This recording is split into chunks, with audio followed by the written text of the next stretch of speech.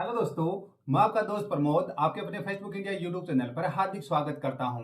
दोस्तों, books review की series को आगे बढ़ाते हुए आज का वीडियो जो मेरे साथी राजस्थान के अंदर किसी भी प्रकार की भर्ती परीक्षा की तैयारी कर रहे हैं और जिनके अंदर राजस्थान जीके का पोर्शन आता है उन सभी साथियों के लिए बड़ा महत्वपूर्ण होने वाला है। जी हाँ दोस्तों, आज के वीडियो के अंदर हम लोग राजस्थान के जो इतिहास के संदर्भ में जो तीन जो महत्वपूर्ण पब्लिकेशन है उनकी जो राजस्थान इतिहास की जो पुस्तक आती है उसका रिव्यू करने वाले हैं, जिसके अंदर आपकी नाथ पब्लिकेशन की राजस्थान के इतिहास की पुस्तक, संकल्प क्लासेज गंगानगर की आपकी जो पुस्तक इतिहास की और धिंदवाल पब्लिकेशन की जो राजस्थान की इतिहास की पुस्तक आती है, तीनों का कंबाइंड रिव्यू करने वाले हैं। और रिव्यू के साथ आप लोगों को आइडिया लग जाएगी कि इस पुस्तक के अंदर क्या कुछ दिया हुआ है। इंटर डिटेल आप लोगों के साथ शेयर करने वाला हूं। दोस्तों, अगर आप हमारे चैनल के ऊपर नए हैं तो प्लीज चैनल को सब्सक्राइब कर दीजिए ताकि आगे के वीडियो की नोटिफिकेशन आपको मिलते रहे।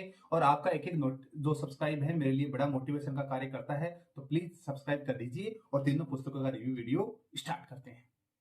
जी हाँ दोस्तों, आज की वीडियो के अंदर हम जिन तीन पुस्तकों के बारे में डिस्कस करने वाले हैं वो आपकी है संकल्प पब्लिकेशन की जो राजस्थान के इतिहास की 41 जिलों और 7 संभागों के अनुसार पुस्तक। ये आपकी धिंदवाल पब्लिकेशन का जो 5th जो एडिशन आया है राजस्थान का इतिहास, जिसमें 7 संभाग व 41 जिलों के अनुसार आपको पुस्तक मिलेगी। और ये आपकी नाथ पब्लिकेशन का जो 3rd एडिशन है राजस्थान का इतिहास है, जिसके अंदर पवन भौरिया सर की जो आपके नई एडिशन के अकॉर्डिंग जो पुस्तक आई है, इन तीनों पुस्तकों का कंबाइंड रूप से हम लोग रिव्यू करने वाले। तीनों पुस्तकें एक साथ हम लोग देखने वाले हैं। तीनों पुस्तकों की सबसे पहले हम लोग दोस्तों प्राइस की बात कर लेते हैं। प्राइस क्या कुछ रहती है तो दोस्तों, संकल्प क्लासेस की जो पुस्तक है उसकी फिक्स एमआरपी वाली जो पुस्तक है 225 रुपए एमआरपी रखी गई है। इसकी नाथ पब्लिकेशन की जो पवन भौरिया सर की जो पुस्तक है उसकी 220 रुपए एमआरपी है। और ये थोड़ी सी आपकी दोस्तों मोटी करती हुई है। इसकी एमआरपी की बात करते हैं दोस्तों, एमआरपी इसके ऊपर थोड़ी सी ज्यादा अंकित की गई है 585 पर, लेकिन डिस्काउंटेड करके आपको क्या प्राइस के अंदर आपको ये पुस्तक मिलती है तो लगभग अराउंड इसी के आसपास आपको शायद मेरे ख्याल से मिल जानी चाहिए। तो दोस्तों ये आपकी रहती है। अब दोस्तों पेज नंबर की बात करते हैं तो संकल्प क्लासेज की जो पुस्तक है 236 रुपए एमआरपी वाली आपको पुस्तक मिलेगी। और 236 पेज संख्या आपको इसके अंदर मिल जाएंगे। नाथ पब्लिकेशन वाली जो पुस्तक है 252 पेज संख्या है इसके अंदर। और जो धिंदवाल पब्लिकेशन की अगर हम लोग बात करते हैं तो इसके अंदर आपको अराउंड 304 के समथिंग 304 पेजों वाली आपको ये पुस्तक मिल जाती है। तो इन तीनों पुस्तकों का आज के वीडियो के अंदर हम लोग रिव्यू करने वाले हैं। और सबसे पहले जैसे बेसिक इन्फॉर्मेशन मैंने आप लोगों के साथ शेयर कर दी है। और वैसे दोस्तों इन तीनों ही पुस्तकों का मैंने डिस्क्रिप्टिव वीडियो बना दिया है। डिटेल एनालिसिस देखना है तो आप लोग वहां पर जाकर देख सकते हैं। यहाँ पर आप लोगों के साथ बेसिक इन्फॉर्मेशन शेयर करने वाला हूँ तीनों पुस्तकों की एक साथ। तो डिटेल वीडियो आप लोग वहां पे जाके देख सकते हैं, चैनल के ऊपर मैंने बना दिया है। तो ये 5th एडिशन आ गया धिंदवाल पब्लिकेशन, 7 संभाग और 41 जिलों के अनुसार राजस्थान का इतिहास, होशियार सिंह सर।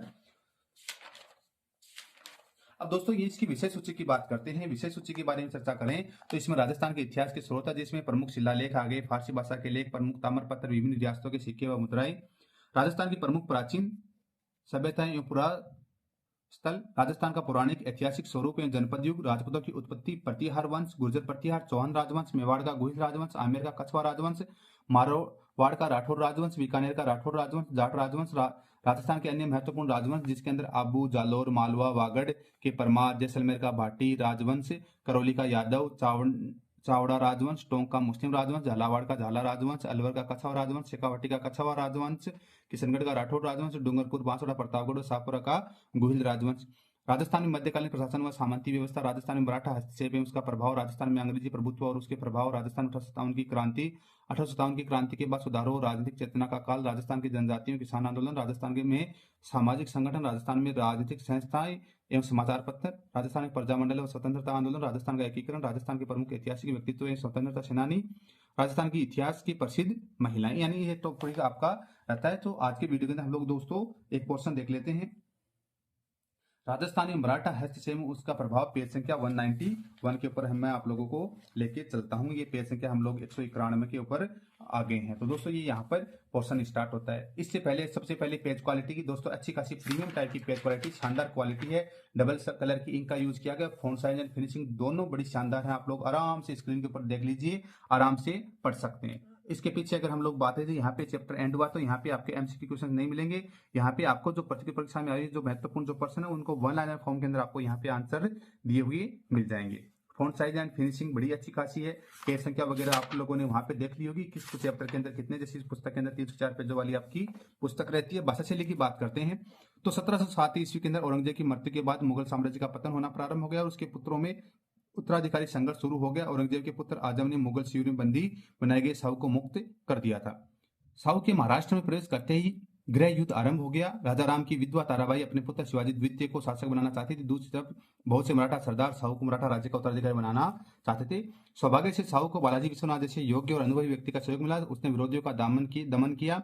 धीरे धीरे साहू की स्थिति सुदृढ़ होने लगी और शिवाजी के उत्तराधिकारी के रूप में साहू को मराठा राज्य का शासक स्वीकार कर लिया गया। छत्रपति साहू ने 1783 में बालाजी विश्वनाथ को अपना पेशवा नियुक्त किया। ये चीजें हैं। राजस्थान में मराठा हस्तक्षेप, मुगल साम्राज्य का पतन, राजपूत राज्यों की दुर्बलता, बाजीराव प्रथम की उत्तर की ओर प्रसार की नीति, यानी ये सारे के सारे मराठों का राजस्थान में प्रवेश। मई 1711 ईस्वी में मराठों ने प्रथम बार मेवाड़ राज्य के अधीनस्थ क्षेत्र मंदसौर के पास धन वसूली की। स्रोत राजस्थान का स्वतंत्र आंदोलन, शौर्य परंपरा, कक्षा 9। सवाई जय सिंह ने मालवा की प्रथम सूबेदारी के दौरान मेवाड़ व अन्य राजपूत राज्यों के सहयोग से मराठों को परास्त किया। यानी इस प्रकार से आपका डिस्क्रिप्टिव जो और वन लाइनर फॉर्म के अंदर आपको ये मैटर आपको यहाँ पे के अंदर मिल जाता है और ये लास्ट के अंदर आपको इस प्रकार से प्रतिरूप परीक्षा में आई हुई क्वेश्चनों का इसके अंदर संकलन किया हुआ मिल जाता है। अब बात करते हैं दूसरी नाथ पब्लिकेशन की, यानी पवन भौरिया सर की जो राजस्थान के इतिहास की पुस्तक आती है उसके बारे में चर्चा करते हैं। तो दोस्तों ये आपका अनुक्रमणिका आ गई है। दोस्तों चैनल को सब्सक्राइब नहीं किया तो प्लीज सब्सक्राइब कर लीजिए ताकि आगे की वीडियो की नोटिफिकेशन आपको मिल जाए।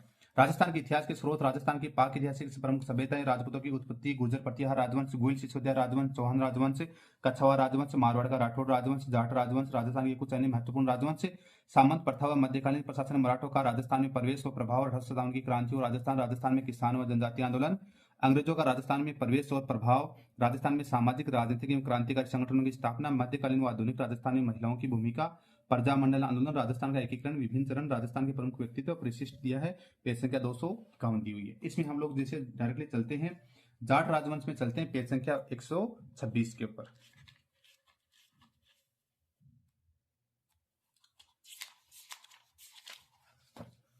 दोस्तों ये आपका यहाँ पर दिया हुआ है।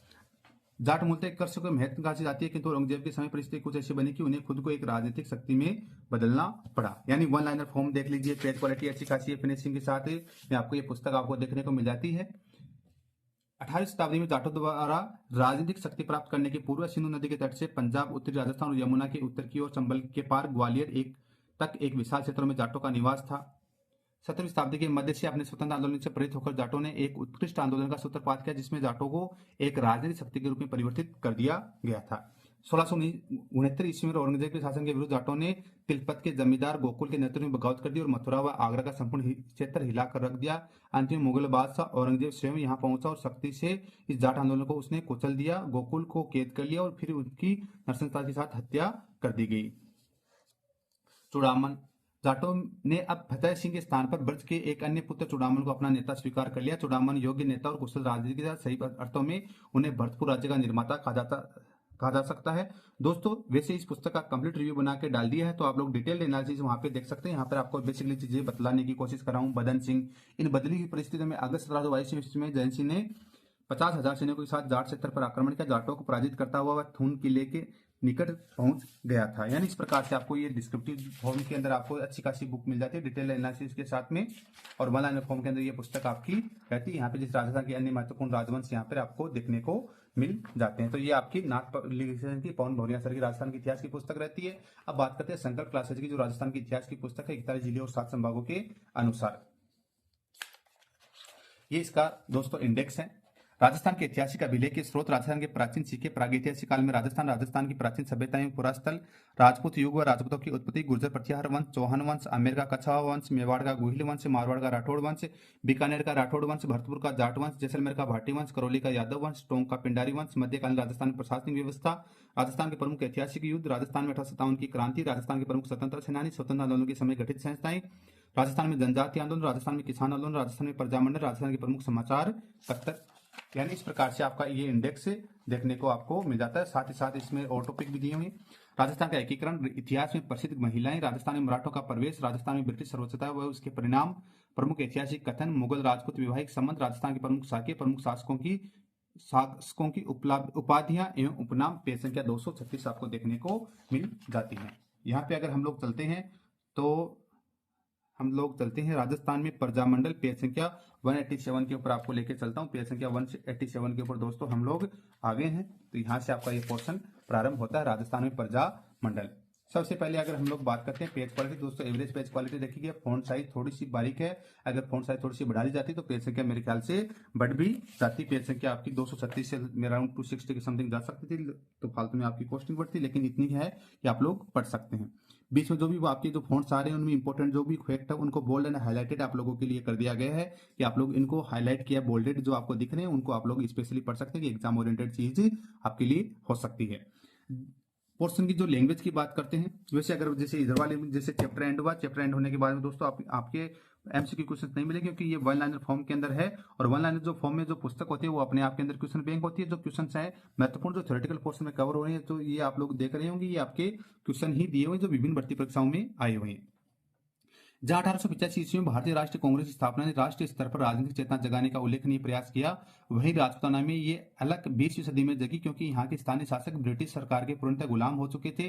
राजपूताना में राजनीतिक चेतना जगाने के क्षेत्र में प्रथम प्रयास 1919 ईस्वी में राजस्थान सेवा संघ के रूप में हुआ, जिसकी स्थापना वर्धा में श्री विजय सिंह पथिक व रामनारायण चौधरी के प्रयासों से हरिभाई किंकर के द्वारा की गई। प्रजामंडलों का प्रमुख उद्देश्य राजाओं के संरक्षण में राज्य में उत्तरदायी शासकों की स्थापना करते हुए जनता को मूल अधिकार दिलाना व नागरिक अधिकारों के लिए संघर्ष करना था। यानी इस प्रकार से आपको कार्य किया हुआ इस पुस्तक के अंदर मिल जाएगा। जैसे जयपुर प्रजामंडल राजस्थान का प्रथम प्रजामंडल था। सन 1931 ईस्वी में जयपुर में श्री कपूर चंद पार्टी ने जयपुर प्रजामंडल की स्थापना की, पर यह संस्था लगभग 5 वर्ष तक निर्जीव बनी रही। लाइब्रेरी 2016 में आया हुआ है, ये सिटी 2023 में देखना। 9 मई 1938 में सेठ जमनालाल बजाज की अध्यक्षता में प्रजामंडल का प्रथम अधिवेशन जयपुर में किया, जहां कस्तूरबा गांधी भी उपस्थित थी। ये सीटी 2023 का क्वेश्चन आपको है। 1942 के भारत छोड़ो आंदोलन के समय जयपुर प्रजामंडल के अध्यक्ष हिरालाल शास्त्री हुआ करते थे। यानी इस प्रकार से इस पुस्तक के अंदर कार्य किए हुए हैं।